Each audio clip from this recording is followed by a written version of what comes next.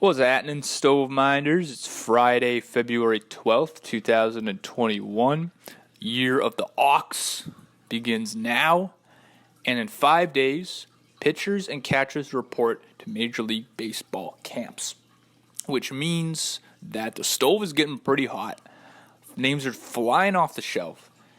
And granted, it's like a sale at the store. Like, these aren't the premier free agents. I'm talking a lot of minor league deals and stuff. I'll run through them at the end of the episode just to let you know. Maybe your team picked up some veteran that you're kind of interested in. But I want to start with and focus on this 3-team, 7-player trade that went down between the Kansas City Royals, Boston Red Sox, and New York Mets.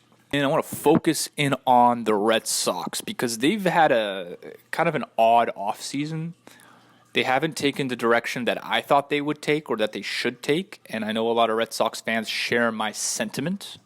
2018, the Red Sox won the World Series, right? Just 3 years ago, they won the World Series. People were celebrating in the streets of Boston. 2019 was worse, of course, right? World Series hangover. How many times does that happen? 2019, Red Sox finished third place in the AL East. They missed out on the playoffs, whatever. Last winter, the 2019-20 winter, was a reckoning. Mookie Betts, 2018 AL MVP, the best player on that Red Sox team. He had a year left on his contract. Red Sox were not confident that they were going to re-sign Betts, especially if they had to compete on the free agent market with other teams. So they traded Mookie along with pricey starter David Price because, sidebar, very important, the Red Sox had a very high payroll. It's still very high. They had to get rid of some money, and Betts and Price accounted for a lot of it. So they sent those guys to Los Angeles, to the Dodgers, who would go on to win the World Series in 2020 for Betts and Price, who went on to sign Mookie Betts to a massive extension, much to the chagrin of Red Sox fans. And to make matters worse, for 2020, they were without their manager, Alex Cora, who was suspended due to the Astros trash can scandal. They didn't have Chris Sale, their ace, Tommy John surgery. They didn't even really have Eduardo Rodriguez, their number 2 starter, who had coronavirus really bad, and he was very sick. And just to stay in the rotation for a second, I mean, Nathan Eovaldi's their number 3 starter, not a spring chicken, okay? So going into the offseason, I would say the Red Sox had 2 main priorities. Get some starting pitching help and re-sign Jackie Bradley Jr., one of their outfielders, pretty good player, incumbent free agent still unsigned. So that matter is still up in the air. And as for starting pitching, well, they signed Garret Richards, who's fits the bill as far as their number 4 starter if they're confident in their top 3 in Sale, Erod, and Eovaldi. And I mean, even their availability for opening day is in question. So I wasn't wild about the Richards deal. And as far as their outfield, the very first move of the winter was to sign Hunter Renfroe. Which, listen, I mean, Hunter Renfroe, pure slugger, okay, low average, high slugging, long balls, strong arm. He's a good right fielder in that sense. And after the Renfroe signing, rumors started coming out that the Red Sox wanted to trade outfielder Andrew Benintendi. And once again, Red Sox fans were upset. And I can kind of understand this from just a fan perspective because Benintendi's been here for a few years. He's a good player, though he hasn't always been consistent, and I'll get to why in a little bit. But he was on the trade block, and now he's been traded to the Kansas City Royals. In exchange, the Boston Red Sox will receive a new outfielder in Franchy Cordero. And with the Mets' entrance into this deal, the Red Sox will also get a Mets pitching prospect, Josh Winkowski, and 3 players to be named later, 2 from the Royals, 1 from the Mets. Mets will also receive Royals outfield prospect, Khalil Lee. Wow, what a doozy. Okay, let's start with Benintendi, since he is the centerpiece of this trade. The 26-year-old Cincinnati lefty has shown a lot of promise over the past 5 seasons, a total slash of .273, .353, and .435. But his last couple seasons could be better. He played just 14 games last year. All that 2019 and 20 thanks to injury. He hasn't been his best. But when he is his best, Benintendi is a toolbox, an above-average hitter, decent contact skills. He draws walks. He runs the bases like a madman, talking 40-plus doubles and upwards of 20 stolen bases. And defensively, he has 20 defensive runs saved above average in left field, which is about 4 per year. Good player who's now heading to Kansas City, where he'll be playing in left field at Kauffman Stadium, directly replacing Franchy Cordero, now going to Boston. Benintendi is under contract for 2 more years with arbitration. He's earning $6.6 million in 2021, and $2.8 million of that will be paid by the Red Sox. Thank you very much. Quality addition to the Royals. Okay, I really like this addition to the Royals, whose lineup has improved a lot this winter. Looking at their projected batting order, Benintendi in the 2-hole, and then you got another newcomer, Carlos Santana, very underrated batter, number 3. They got Whit Merrifield up there, slugger Jorge Soler. It's not a deep offense, but the Royals could make some noise, definitely much better than they were last year at the plate. But to get an impact now player in Benintendi, KC gave up 4 players. Granted, 2 of them are going to be named later and probably not going to be very good. All shall be revealed. I'll get to the Red Sox return in a second, but quickly onto the Mets part of the equation because they're only getting 1 player. And it's an intriguing prospect, formerly of the Royals, left-handed outfielder Khalil Lee, a 22-year-old from Delaware, a former top 100 prospect who was ranked 8th in the Royals system. Lee is a sprinter, 53 stolen bases at AA in 2019. His hitting, though, needs some work, and the Mets are deep enough to keep him in the minors to develop, but a player to keep an eye on going forward. At the moment, he can at least be like a pinch run specialist in the majors, which a lot of managers like to have, but I'm sure the Mets would love for Khalil to become a decent hitter as well. Okay, Boston, what are you doing? 24-36 last season, 4th worst record in baseball. I mentioned, they signed Hunter Renfroe out of nowhere. And the grass became too crowded, and the Sox payroll was very high in the first place. So the sentiment became, let's kick Benintendi to the curb, which if you crunch the numbers, doesn't save them a ton of money. So you have to wonder what other justification there was for this trade. Are they not confident in his abilities given the injuries he's had? Does Chaim Bloom just not like him? Or are they trying to make some room for the Jackie Bradley Jr. re-signing? Well, even if they do, their outfield is getting a little deep. And if they don't, at least they received an outfielder in Franchy Cordero in this trade. Cordero is, like Benintendi, a 26-year-old left-handed hitter. He's gone from San Diego to Kansas City and now Boston, coast to coast, over 4 seasons. And only 95 games played at the major league level. A lot of injuries have afflicted old Cordero, leading to a career slash of .236, .304, .433. Not good. Defensively, he's below average as well. It's tough to be excited if you're a Red Sox fan. As I mentioned, Benintendi was somewhat of a fan favorite and a very good player on paper, though. He's going to have to get healthy in order to repeat his peak performance. Franchy is a downgrade, but he does have 3 years under contract to try and get his career in order, and there's a chance for Cordero to be the Red Sox starting right fielder or maybe left fielder with Hunter Renfroe in the opposite corner and Alex Verdugo in center field. Furthermore, the Red Sox will receive Mets pitching prospect Josh Winkowski. If that name sounds familiar, it's because Winkowski joined the Mets about 2 weeks ago from the Blue Jays in the Steven Matz trade. The 22-year-old righty has thrown as high as Class A+. He's a sinker baller with a ceiling currently that of a back-end starter / long reliever. He was near the bottom of the Mets' top 30 prospects list.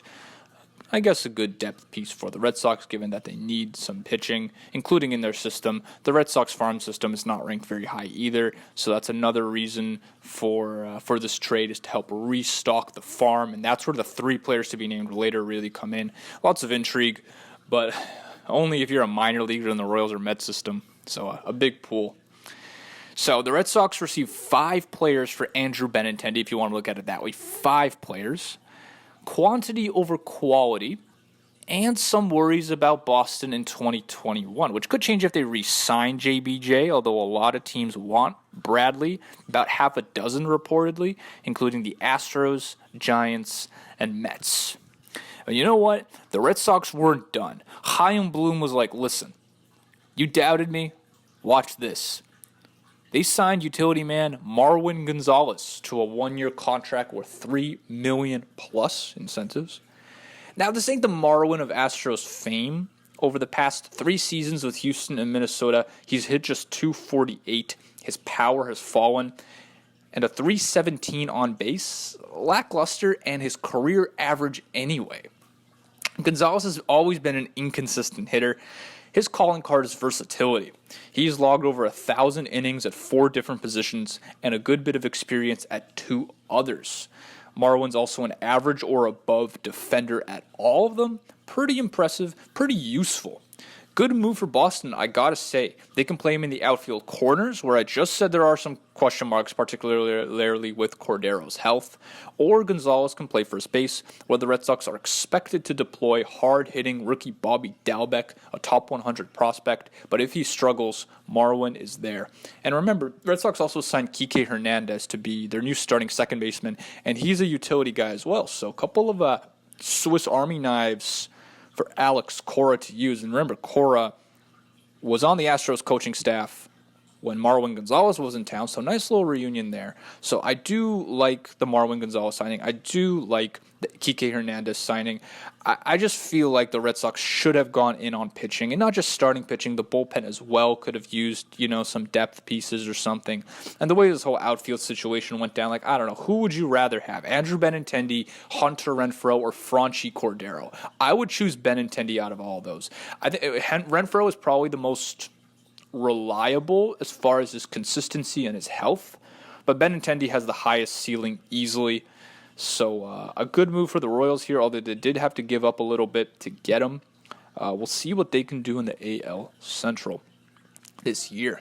And New York Mets, thank you for showing up in this trade, eh? Why not? So as I said, a lot of other moves happened in the last couple of days, none of them large in stature, so I'll just touch on each. Toronto Blue Jays signed right-handed relief pitcher David Phelps to a 1-year deal, $1.75 million. Phelps has been a man on the run, pitching for 4 teams in the last 2 years. One of them was the Blue Jays, with whom Phelps played in the first half of 2019.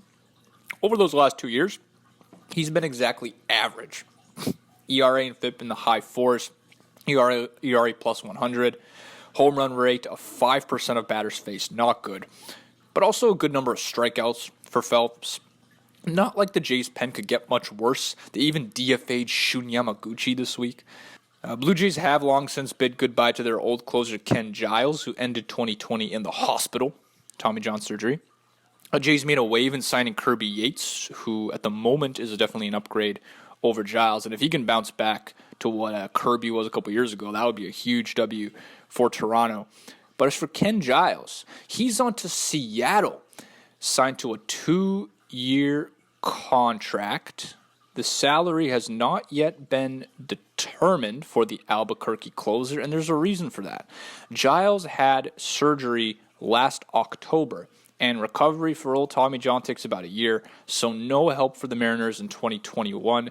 We've seen these deals before where pitchers who are expected to miss the whole season due to injury but who have some upside get signed to a 2-year deal where it's like, okay, you can rehab under the auspices of our organization. We'll hook you up with doctors, whatever. You'll be on the team. You'll earn some money, and we'll see you here in 2 years from now. Hopefully you can make an impact then.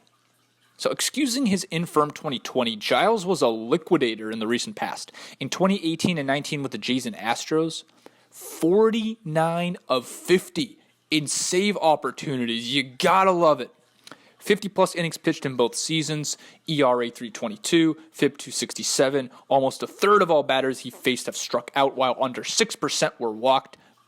Good numbers. Could be a great pickup for Seattle, who are on the coming up with all their young players. Could use a strong ninth inning option even now, but not every pitcher returns to who they were pre-elbow surgery, at least not immediately. There's a lot of guys who get this procedure. Some come back good as new immediately. Some take a couple years to regain their rhythm. Some never do. Either way, a fair gamble for the Mariners. And just to blow through this shit, Rangers signed Brock Holtz to a minor league deal. Blue Jays signed Joe Panik to a minor league deal. Phillies are almost signing utility man Brad Miller.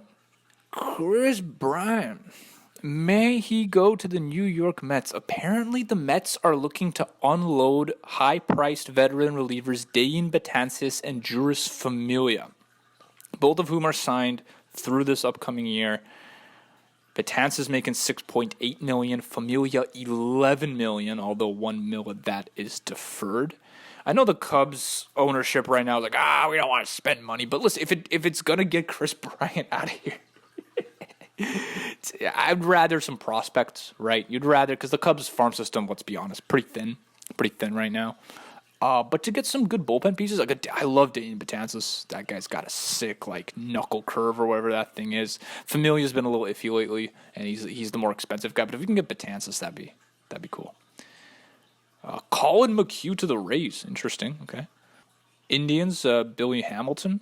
All right, sure. Tigers signed Nomar Mazara. Okay.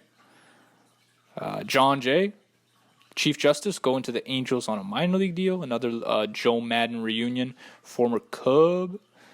No negotiations going on between Yankees and Brett Gardner, although the outfielder is definitely planning to play next year. Same cannot be said of Ryan Braun. He's just like, I'm just going to chill with my family in 2021. I'll see you next year. Fair enough. We don't want to see him anyway. Greg Bird going to the Rockies. I feel like that's a good deal for Bird. And the Indians also signed Ben Gamble. I like that. Gamble is underrated. I like Gamble. Send him up there. Give him some shots. Brian Goodwin to the Pirates. Who cares? Cubs signed Jake Marisnick. I really could not be less excited. I just roast these players sometimes. I feel kind of bad because really, they're playing at a very high level. Who the fuck am I? But it's not like they're going to be listening. Jake Marisnick is not listening to this right now. Oh my god. That guy he's not even excited about me. Gosh. David Robertson's holding a showcase. Everyone's holding a showcase. Mets are interested in Arrieta and Paxton. Reds claim Max Schrock off waivers. Only reason I even mention this is because his name is Max Schrock. It's fucking cool. Yeah, you know what? That's it. Stay posted. Stay warm.